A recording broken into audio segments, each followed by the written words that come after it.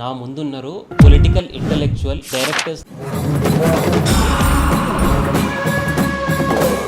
ఈ సినిమాలో మీరు ఒక రెవల్యూషన్, ఒక విప్లవాన్ని కూడా చూపించారు. దాన్ని గ్లోరిఫై చేయకుండా ఎట్లా మేనేజ్ చేశారు? విప్లవాన్ని గ్లోరిఫై చేయడానికి తీయబడిన ప్రోపగండా సినిమా కాదు.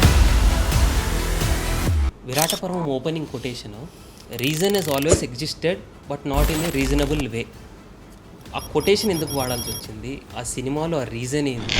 వాతావరణంలో జరిగిన కథ కాబట్టి డెఫినెట్లీ విభిన్న అభిప్రాయాలు మనకి వస్తాయి.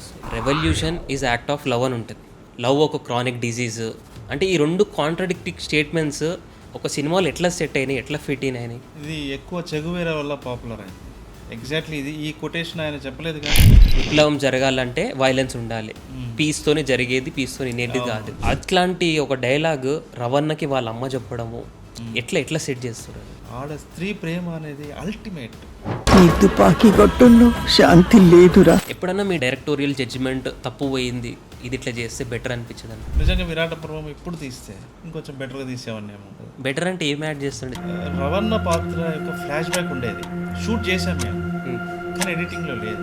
అంటే అది కీ సీన్స్ ఏమైనా ఉండేనా? Important scenes, important extraordinary drama ఉండేది. ఎడిటింగ్లో తీసేయడం జరిగింది వేరే వేరే కారణాలు ఏముండే అన్న సీన్లో ఉండే. ఇక అది ఇప్పుడు ఎందుకు డిస్కషన్. అది తెలంగాణ డైరెక్టర్ అని అనుకోవచ్చా? ఒక ప్రాంతానికి చెందిన డైరెక్టర్గానే ఉండడం నాకు ఇష్టం లేదు.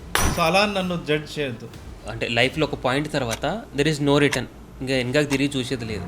ఆ సిచ్యువేషన్ మీ లైఫ్లో ఎప్పుడైనా వచ్చింది? ఇది నా జీవితంలో చాలాసార్లు అనిపించింది. నేను ఎప్పుడు వెనక్కి తిరిగి చూడలేదు.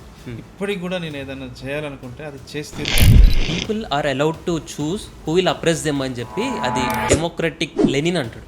లెనిన్ క్రిటిసిజం కొంచెం హార్ష్గా ఉంటుంది, కానీ కొన్ని కేసెస్లో జనాల చాయిస్ కూడా మ్యానిపులేట్ కాబడుతుంది.